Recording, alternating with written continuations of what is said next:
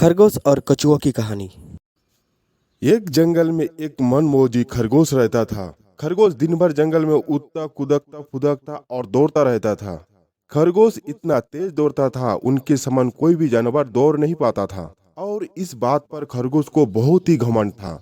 खरगोश को दूसरे जानवरों को हरा के उसे बहुत ही खुशी और मजा मिलता था और धीरे धीरे उसके घमंड सिर चढ़कर बोलने लगे। जिस जानवर को खरगोश अपने दौर में हराता उस पर खूब हंसता और उनका मजाक उड़ाता था। खरगोश के इन हरकतों से जंगल के जानवर को बहुत ही दुख पहुंचता था।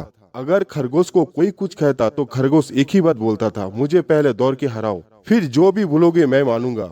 फिर एक दिन खरगोश कछुआ को देखा जो अपने बहुत ही धीमी चाल से कहीं चल के जा रहे थे। खरगोश कछुआ को देख के हंस पड़ते हैं। फिर कछुआ खरगोश से पूछते, भाई तुम क्यों हंस रहे हो? खरगोश कछुआ को बोलता है, मैं तुम्हें देख के हंस रहा हूँ, तुम कितने चुस्त और कितने धीरे चलते हो।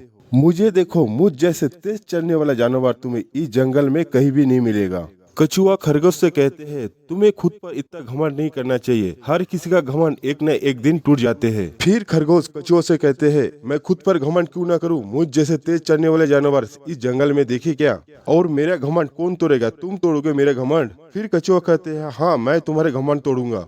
खरगोश की चुनौती कछुआ स्वीकार कर लेते हैं और कल सुबह दौड़ का प्रतियोगिता रखा जाते हैं। फिर दोनों के बीच दौड़ का प्रतियोगिता शुरू हो जाते हैं। खरगोश अपने फुर्तीले चाल से आगे बढ़ जाते हैं और कछुआ धीमी गति से पीछे पीछे आते रहते हैं। खरगोश भग के कछुआ से बहुत दूर आगे निकल जाते हैं। खरगोश अपने तेज गति से आगे बढ़ रहा था और कछुआ अपने धीमी गति से आगे बढ़ रहे थे। खरगोश अपने मंजिल पे पहुंचने ही वाले थे।